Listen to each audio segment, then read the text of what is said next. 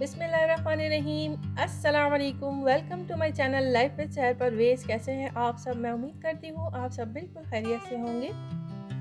आज जो रेसिपी मैं आपसे शेयर कर रही हूँ वो बहुत ही मज़ेदार, बहुत ही टेस्टी है। आज मैं बना रही हूँ बिहारी सीख कबाब, वो भी होममेड मसाले से। और उसके साथ मैं बना रही हूँ पूरी पराठा, क्योंकि कबाब के साथ पूरी पराठा हो तो उसका मज़ा ही डबल हो जाता है। तो चले स्टार्ट कर लेते हैं अपनी वीडियो। तो कबाब बनाने के लिए सबसे पहले उसका मसाला रेडी कर लेते हैं। तो मसाला बनाने के लिए सबसे पहले हमें चाहिए राई दाना, इसे उर्दू में कहते हैं, वैसे इसे मस्टर्ड सीड्स कहते हैं। 1 टीस्पून इसको मैं एक जार में डाल रही हूँ जिसमें मुझे फाइन पाउडर बनाना है। और अब मैं इसमें ऐड कर रही हूँ कबाब चीनी 1 टीस्पून। ये दिखने में बिल्कुल साबित काली मिर्चें जो होती हैं उसी की तरह होता है, लेकिन ये थोड़ी सी डंडी इसकी ना निकली हुई होती है, यही इसकी एक पहचान है बस। इसको डालने से कबाब में बहुत अच्छी सी खुशबू आती है, बहुत अच्छा सा जायका आ जाता है। और अब मैं इसमें ऐड कर रही हूँ साबित ज़ीरा 1 टीस्पून। ये साबित मसाले जो मैं ऐड कर रही हूँ, अगर आपके पास इसका पाउडर है तो पाउडर भी यूज़ कर सकते हैं अगर ज़्यादा जल्दी है, लेकिन फ्रेश जो है उसकी खुशबू बहुत अच्छी आती है। और अब मैं इसमें ऐड कर रही हूँ साबित काली मिर्चें 1 टीस्पून। और अब ऐड कर रही हूँ काली इलायची 1 अदद, हरी इलायची 3 अदद, और दालचीनी की स्टिक्स है 2 इंच की छोटी छोटी सी, वो इसमें ऐड कर रही हूँ। जायफल का पाउडर लिया है मैंने 1/4 टीस्पून, और जवित्री ली है, एक छोटा सा फूल है ये, आधा समझ लें। अगर आपके पास साबित है जायफल, पाउडर नहीं है तो कोई मसला नहीं है, आप उसका एक छोटा सा टुकड़ा 1/4 यानी एक छोटा सा पीस उसका ऐड कर सकते हैं इसमें। मेरे पास पाउडर है तो इसलिए मैं पाउडर यूज़ कर रही हूँ 1/4 टीस्पून। तो बस सारे मसाले इसमें चले गए हैं और अब मैं इसका एक फ़ाइन पाउडर रेडी कर लूँगी।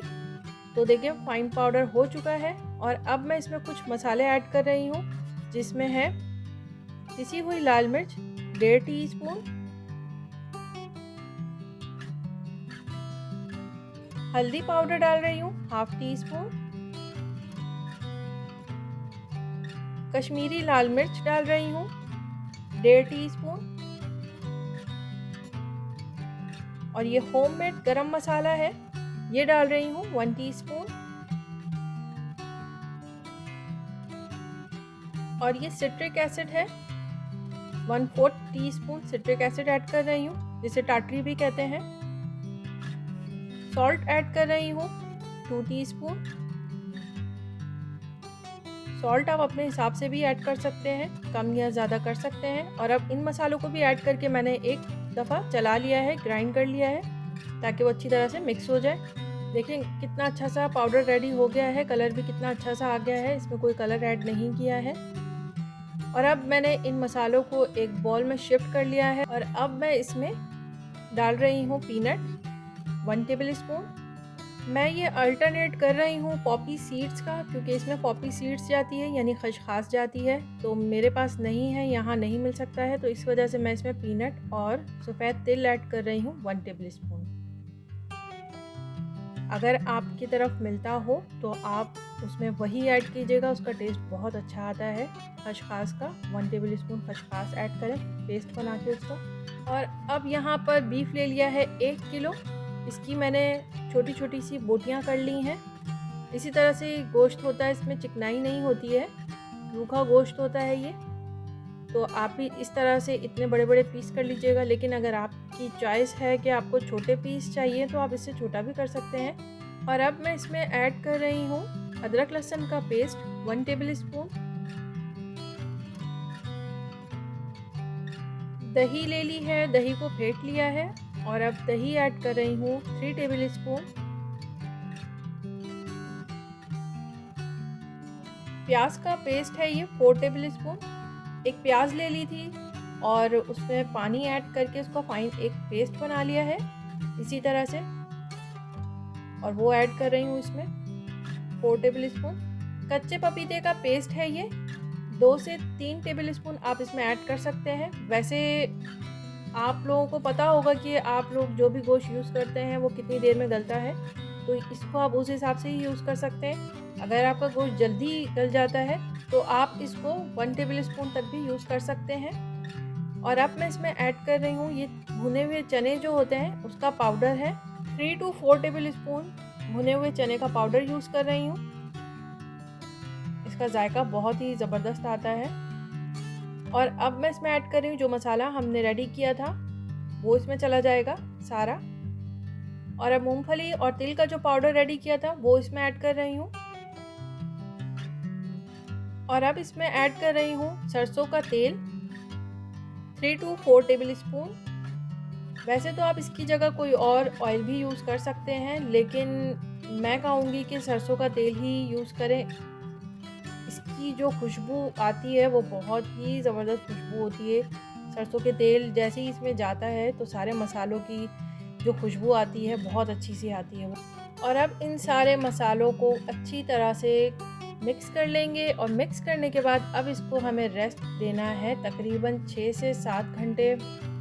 इसको ओवरनाइट अगर रेस्ट आप देंगे तो बहुत ही ज़बरदस्त है, बहुत अच्छी तरह मसाला गोश्त के अंदर जज़्ब कर लेता है, बहुत अच्छी तरह से गल जाता है। और अब मैं आपको इसको 2 तरह से बनाना बता रही हूँ। एक तो मैंने इस तरह से चिपटी वाली सीख ले ली है जिस पे हम अक्सर कोयले पे बारबेक्यू करते हैं, और बिल्कुल उसी तरह से बोटियों को इसमें लगा लेंगे।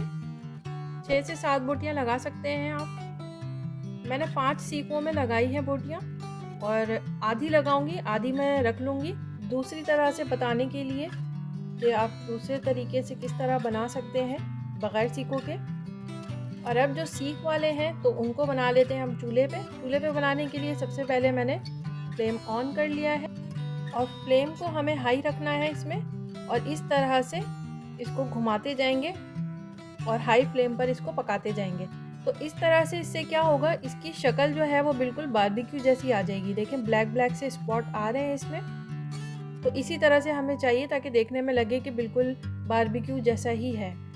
तो आप ये दूसरा स्टाइल भी देख लें, अगर आपको थकना नहीं है तो मैंने 2 ग्लास इस तरह से लगा दिए और उसके ऊपर रख दिया है। तो आप 1 से 2 भी रख सकते हैं इसके साथ, तो आप इस तरह से भी आसानी से इसमें कलर दे सकते हैं। चूल्हे पे करने से इस तरह से सिर्फ कलर आता है, गलता नहीं है। गलाना तो हमें पतीले में ही है। तो अब इस तरह से एक एक करके मैं सारे निकाल लूँगी, बड़े आराम से निकल जाता है। तो इस तरह से मैंने सारे निकाल लिए हैं, और अब इसको गलाना है हमें। तो गलाने के लिए मैंने यहाँ पे एक पैन ले लिया है, पैन में डाल दिया है 3 टेबल स्पून के करीब ऑयल। थोड़ा सा ही ऑयल जाता है बस इसमें। और अब यहाँ पर सारे कबाब डाल दिए हैं जो हमने सीख में बनाए थे, और अब इसमें ऐड कर रही हूँ 1/2 कप पानी ताकि अच्छी तरह से गल जाए। और अब इसमें लिड लगा दूंगी। लिड लगाकर मैं इसको रख रही हूँ मीडियम टू लो फ्लेम पर तकरीबन 20 मिनट के लिए। 20 मिनट में ये गल जाएगा, क्योंकि इसमें पपीता ऐड हुआ है तो ये जल्दी ही गल जाएगा। लेकिन आप इसको बीच बीच में चेक करते रहिएगा लाजमी, क्योंकि गोश्त का कुछ पता नहीं होता, हर जगह का थोड़ा सा अलग होता है, कहीं जल्दी गल जाता है, कहीं तो बहुत बहुत टाइम लगता है। तो इस वजह से आप चेक करते रहिएगा कि गल चुका है या नहीं, उस हिसाब से देख लीजिएगा। तो देखिए मेरा जो है 20 मिनट में बीफ गल चुका था। तो मैं स्पैचुला की मदद से तोड़कर देख रही हूँ कितना गला है। तो देखिए स्पैचुला की मदद से तोड़ने के बाद ये टूट रहा है आराम से, इस तरह से देखिए ये गल चुका है इसका मतलब। तो बस ये रेडी है। तो देखिए आप भी इसको इतना ही गलाइएगा। बहुत से लोग बहुत ज़्यादा गला हुआ पसंद करते हैं, जो बिल्कुल मैश हो जाता है उस तरह से खाना पसंद करते हैं। तो आप इसको अपने हिसाब से और भी गला सकते हैं।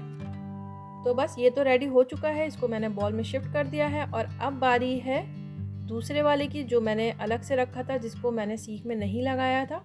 तो उसके लिए मैंने यहाँ पर एक फ्राई पैन ले लिया है, और उसमें मैं ऐड कर रही हूँ 3 टेबल स्पून ऑयल। इसको भी बिल्कुल इसी तरह से बनाना है। बस सारी बोटियाँ डाल दी हैं। इसको थोड़ा सा टाइम ज़्यादा लगा था, क्योंकि ये बिल्कुल भी पका हुआ नहीं था, ये बिल्कुल कच्चा था। तो इस वजह से इसको तकरीबन मुझे आधा घंटा लगा था। 30 मिनट में ये गला था, तो 10 मिनट ज़्यादा लगे थे इसमें। तो अब इस तरह से मैं सारी बोटियाँ इसमें ऐड कर दूँगी, और इसको भी कर लूँगी अच्छी तरह से मिक्स। और मिक्स करने के बाद इसमें भी पानी ऐड कर देंगे ताकि ये गल जाए। 1/2 कप पानी इसमें भी ऐड कर रही हूँ, और फिर इसके बाद इसको अच्छी तरह से मिक्स कर लूँगी। मिक्स करने के बाद इसमें भी लिड लगा दूँगी, और मीडियम टू लो फ्लेम पर इसको मैंने रख दिया है आधे घंटे के लिए। ये बीफ आधे घंटे में गला था और बीच बीच में 1-2 बार चेक ज़रूर कर लेना है।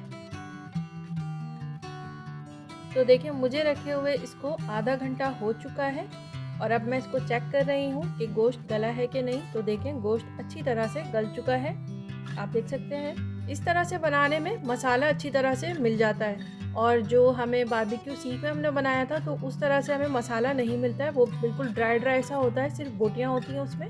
और ये देखें, आप देख सकते हैं इसमें मसाला कितना है।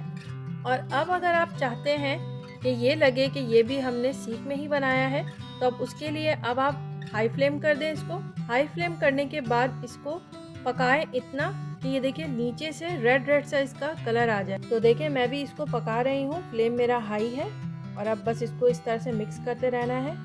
लेकिन अगर आपको मसाला चाहिए तो आप ये मत कीजिएगा कि कलर लाना है, कलर लाएंगे तो ये ड्राई हो जाएगा। इस तरह से देखें ड्राई हो चुका है, ये भी कलर तो इसमें आ गया है बहुत अच्छा सा बारबेक्यू जैसा, लेकिन ड्राई हो गया है ये।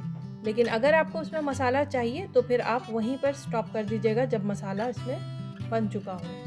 तो बस इस तरह से हमारे दोनों ही कबाब रेडी हो चुके हैं और अब मैंने एक छोटा सा कोयला ले लिया था कबाब को स्मोक देने के लिए, ताकि अच्छी सी कोयले की खुशबू आ जाए। और फॉइल पेपर से ही मैंने एक बोल का शेप दे दिया था और उसको बीच में रख दिया है, कबाब को साइड में कर दिया था, बीच में एक होल कर दिया था और फिर उसके बाद इसमें कोयला डाल दिया है। और कोयला डालने के बाद घी 1 चम्मच या फिर 1 चम्मच ऑयल आप इसके ऊपर डालेंगे तो ये स्मोक इसका अच्छा सा आने लगेगा। तो आप इसको अच्छी तरह से कवर कर दें, किसी भी चीज़ से कवर कर दें। मैं फॉइल पेपर से कवर कर रही हूँ, अच्छी तरह से इसको कवर करना है। तो मैंने दोनों को ही इस तरह से स्मोक दे दिया है और अब ये बिल्कुल रेडी हो चुका है। तो इसको एक साइड पे कर देंगे और कबाब के साथ बना लेते हैं मज़े मज़े का पूरी पराठा। तो पूरी पराठा बनाने के लिए मैंने यहाँ पर ले लिया है मैदा 2 कप और आटा ले लिया है आधा कप। अगर आपको ज़्यादा बनाना हो तो आप इसकी क्वांटिटी को डबल भी कर सकते हैं। और नमक ऐड कर रही हूँ ½ टी स्पून और अब इसमें ऑयल ऐड कर रही हूँ 1 टेबल स्पून। और अब मैं इसमें पानी ऐड करूँगी 1.5 कप पानी। पानी को हल्का सा गर्म कर लीजिएगा और फिर इसमें ऐड कीजिएगा, लेकिन एक साथ सारा पानी ऐड नहीं करना है, थोड़ा थोड़ा करके पानी डालना है और गूंथते जाना है। ज़रूरी नहीं है कि आपको भी 1.5 कप पानी की ही ज़रूरत हो सकता है कि 1 कप पानी में ही आपका आटा गूंथ जाए अच्छी तरह से। तो आप अपने हिसाब से पानी ऐड कीजिएगा, इसलिए कह रही हूँ कि थोड़ा थोड़ा ही ऐड करना है। आटा उसी तरह से गूंथना है जिस तरह से नॉर्मल हम रोटी बनाने के लिए आटा गूंथते हैं, बिल्कुल वैसे ही, ना नरम ना सख्त, बिल्कुल वैसी ही डो बनानी है इसकी भी। मगर इसको गूंथना बहुत अच्छी तरीके से है, बहुत अच्छा सा इसको एक सॉफ्ट डो बनाना है इसका। तकरीबन 10 मिनट तक इसको बहुत अच्छी तरह से गूंथ लें। इसको बिल्कुल नीट गूंथना है इस तरह से। देखिए 10 मिनट तक मैंने गूंथा है इसको और कितना अच्छा सा ये गूंथ चुका है। तो अब यहाँ पर मैंने ½ टी स्पून के करीब ऑयल ले लिया है इसके ऊपर लगाने के लिए। अच्छी तरह से इसको लगा लेंगे और फिर इसको अच्छी तरह से कवर कर देना है किसी कपड़े से। कवर करने के बाद इसको रेस्ट देंगे तकरीबन 2 से 3 घंटे। पूरी पराठे के डो को रेस्ट देना बहुत ज़रूरी है, जितना इसको रेस्ट देंगे ये उतना ही अच्छा बनता है पूरी पराठा। तो अब चलते हैं पूरी पराठे के अंदर लगाने के लिए जो पेस्ट रेडी करते हैं वो बना लेते हैं। तो उसके लिए मैंने यहाँ पर ले लिया है एक अंडा। एक अंडे को अच्छी तरह से इसको फेंट लेंगे, बहुत अच्छी तरह से इसको फेंट लेंगे। और उसके बाद इसमें ऐड कर रही हूँ 2 टेबल स्पून के करीब मैदा। इस पेस्ट को अंदर लगाने से पूरी पराठा बहुत अच्छा बनता है। तो अब यहाँ पर मैदा ऐड हो चुका है। मैदा ऐड करने के बाद इसको थोड़ा सा मिक्स कर लेंगे। थोड़ा सा मिक्स करने के बाद इसमें मैं ऐड कर रही हूँ घी, मेल्टेड घी है ये। घी ले लिया है, इसको मेल्ट कर लिया है 1/4 कप। 1/4 कप घी इसमें ऐड हो जाएगा और फिर इसको बहुत अच्छी तरह से मिक्स कर लेंगे हैंड विस्क की मदद से। मिक्स करने के बाद ये कुछ इस तरह से दिखेगा, इस तरह से इसका पेस्ट रेडी हो जाएगा। और अब इसको एक साइड पर रख लेंगे और अब चलते हैं पूरी के डो की तरफ। पूरी बना लेते हैं। तो पूरी के डो को रखे हुए 3 घंटे हो चुके हैं और देखिए इस तरह से सॉफ्ट हो चुका है ये। तो अब इसके मैं पेड़े बना लूँगी। पेड़े का साइज़ आपके ऊपर है, आपकी मर्ज़ी। अगर आपको पूरी पराठा बड़े साइज़ का चाहिए तो फिर आप बड़े साइज़ के पेड़े बना लें, और अगर आपको पूरी पराठा छोटे साइज़ का चाहिए तो फिर आप छोटे छोटे पेड़े बना लें। तो ये आपकी मर्ज़ी है। मैं इस डो से 6 पराठे बनाऊंगी। सबसे पहले सरफेस पे ऑयल लगा लेंगे और फिर उसके बाद एक पेड़ा लेकर इसको इस तरह से प्रेस करते जाएंगे। हाथ में ऑयल लगा लेंगे ताकि चिपके नहीं, और इस तरह से इसको हाथों की मदद से प्रेस कर करके इस तरह से गोल कर लेंगे। अगर गोल नहीं भी हो तो शेप का कोई इशू नहीं है। वैसे तो मेरी रोटियों का भी शेप बिगड़ा हुआ है, लेकिन कोई मसला नहीं है, पराठे में तो चलता है। तो अब यहाँ पर जो हमने पेस्ट रेडी किया था वो इस पर लगा लेंगे अच्छी तरह से। पेस्ट अच्छी तरह लगा लेंगे पूरी तरफ। मैंने तकरीबन 2 टीस्पून के करीब यूज़ किया है पेस्ट, तो कवर हो गया था पूरा। और फिर उसके बाद इसमें मैदा स्प्रिंकल कर देंगे और फिर उसके बाद इसके चकोर सा पेड़ा बना लेंगे, जिस तरह से पराठे का बनाते हैं बिल्कुल उसी तरह। और इस तरह से हमारा एक पेड़ा रेडी हो चुका है पूरी पराठे का। तो बस इसको इस तरह से एक ट्रे ले ली है मैंने, ट्रे को ग्रीस कर लिया है ऑयल से और फिर उसके बाद उसमें पेड़ा रख दिया है। फॉइल पेपर इसलिए लगाया कि ट्रे मेरी बहुत ख़राब हो रही थी, ख़राब हो चुकी थी, तो इस वजह से इसके ऊपर मैं फॉइल लगा के यूज़ करती हूँ।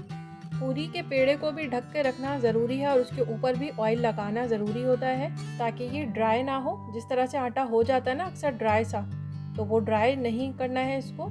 तो इसको रैप करके रख लें, किसी भी प्लास्टिक शीट से कर लें या कपड़े से कर लें। वैसे प्लास्टिक शीट बहुत बेहतर रहती है।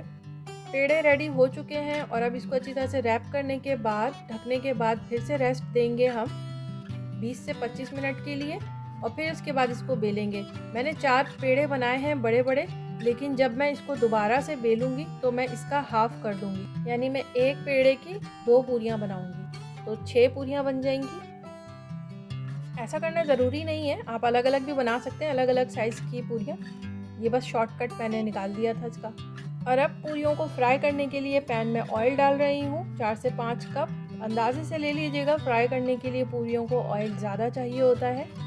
तो अब एक पेड़ा इसमें से ले रही हूँ मैं। एक पूरी मैं बड़े साइज़ की बना रही हूँ, बाकी मैं छोटे साइज़ की बना लूँगी उसमें से कट करके पेड़े में से ही।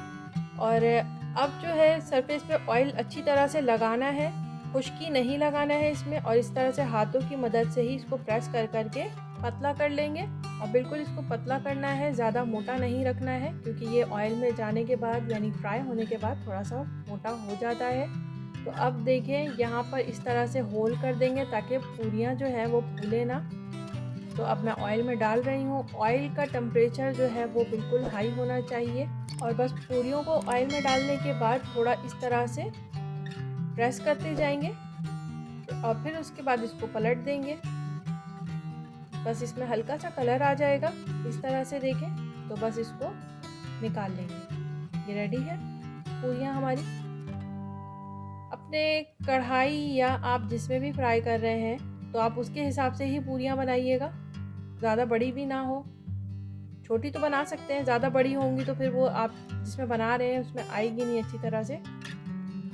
एक पूरी पराठा हमारा रेडी हो चुका है, तो अब बारी है दूसरे की। दूसरा पूरी पराठा मैं बना रही हूँ, उसको बेल रही हूँ। उसी तरह से ऑयल लगाना है। ऑयल अगर नहीं लगाएंगे तो फिर ये चिपकेगा हाथों में भी, तो इसी तरह से ऑयल लगाना ज़रूरी है। और इस तरह से प्रेस कर करके इसको हर तरफ से फैला लिया है। साइडें इसकी पतली कर ली हैं और देखिए कितना पतला मैंने बेला है, दिख रहा होगा आपको। और इस तरह से ये भी चला गया है ऑयल में, और इस तरह से इसको भी प्रेस करते जाएंगे ताकि इसके ऊपर ऑयल आता जाए। और फिर उसको पलट देंगे। पलटने के बाद जब कलर आ जाएगा, इस पर कलर फ़ौरन ही आ जाता है क्योंकि फ्लेम बहुत हाई होता है, तो इस वजह से कलर भी इसमें जल्दी आ जाता है। तो बस इसको भी उतार लेंगे। रेडी है हमारा दूसरा पूरी पराठा। बस तो इसी तरह से हमने सारे पूरी पराठे रेडी कर लिए हैं। तो देखें कितना अच्छा सॉफ्ट बना है, बहुत अच्छा बना है, बिल्कुल रेस्टोरेंट की तरह बना है जिस तरह से रेस्टोरेंट में हम खाते हैं। तो कबाब भी रेडी हो चुका है हमारा और पूरियाँ भी रेडी हो चुकी हैं। तो फिर चटनी क्यों ना रेडी कर लें हम फटाफट से। हरी वाली चटनी जो बिहारी बोटी के साथ तो बहुत ही मज़ेदार लगती है। तो उसके लिए मैंने पुदीने के पत्ते ले लिए हैं क्वार्टर बंच, हरा धनिया ले लिया है क्वार्टर बंच, हरी मिर्च ले ली है 1 अदद, और लहसुन का 1 क्लोव ले लिया है, साबित जीरा ले लिया है 1 टीस्पून, और इमली ले ली है 2 टेबल स्पून। इमली ले ली थी और 2-3 टेबल स्पून के करीब पानी में मैंने इसको भिगो दिया था और उसका पल्प ले लिया है 2 टेबल स्पून। तो इस तरह से इसमें पानी नहीं जाएगा, चटनी बनाते हुए इमली का पानी ही जाएगा। दही ले ली है 2 टेबल स्पून और अब मिक्सी जार में इन सब चीज़ों को ऐड कर देंगे और फिर इसका एक पेस्ट बना लेंगे, यानी इसकी चटनी रेडी कर लेंगे। नमक चटनी बनने के बाद ही इसमें ऐड करना है 1/2 टी स्पून। अगर आप बग़ैर दही के बनाना चाहते हैं तो फिर वो चटनी बन जाएगी, लेकिन मैं इसमें दही ऐड करती हूँ तो आप इसको चटनी भी कह सकते हैं या रायता भी कह सकते हैं। तो बस रायता भी हमारा हो चुका है रेडी और अब यहाँ पर हम कबाब में से ये निकाल लेते हैं। स्मोक हमारा कंप्लीट हो चुका है क्योंकि अब हमें डिश आउट करना है। तो अब मैं इसको निकाल रही हूँ। तो रेडी हो चुकी है हमारी बिहारी बोटी कबाब विद पराठा विद चटनी, मज़ेदार सी चटनी या रायता जो भी कह सकते हैं। अगर आप इसमें दही ना डालें तो वो चटनी बन जाएगी और अगर आप दही डाल देते हैं तो फिर वो रायता बन जाएगा। गार्निशिंग कर ली है मैंने प्याज के साथ और लेमन के साथ, अच्छी सी कटिंग कर ली है। उम्मीद है आप लोगों को पसंद आएगी गार्निशिंग भी। इसकी खुशबू, इसका टेस्ट बिल्कुल भी अलग नहीं है बारबेक्यू से जो हम करते हैं अमूमन बकरीद में कोयले जलाकर इस तरह से बनाते हैं। तो बहुत ही अच्छी इसकी खुशबू, बहुत ही अच्छा इसका टेस्ट। और मज़े की बात यह है कि मसाले के लिए आपको बिल्कुल भी परेशान होने की ज़रूरत नहीं है। घर के ही मसालों से आप बना सकते हैं सीख बोटियाँ या बिहारी बोटियाँ मज़ेदार सी। तो कैसी लगी आप लोगों को आज की मेरी ये मज़ेदार सी रेसिपी? उम्मीद करती हूँ अच्छी लगी होगी और अगर अच्छी लगी हो तो मेरे चैनल को लाइक करें, शेयर करें अपनी फैमिली से, फ्रेंड्स से। और जो लोग मेरा चैनल पहली बार देख रहे हैं उनसे रिक्वेस्ट है कि मेरे चैनल को सब्सक्राइब करें और बेल आइकन को ज़रूर प्रेस कर लें। इससे मेरी हर आने वाली नई वीडियो की नोटिफिकेशन आपको फटाफट से मिलती रहेगी। फिर मिलूंगी एक ज़बरदस्त सी रेसिपी के साथ इंशाअल्लाह। तब तक अपना और अपनी फैमिली का रखें बहुत सारा ख्याल। अस्सलाम वालेकुम।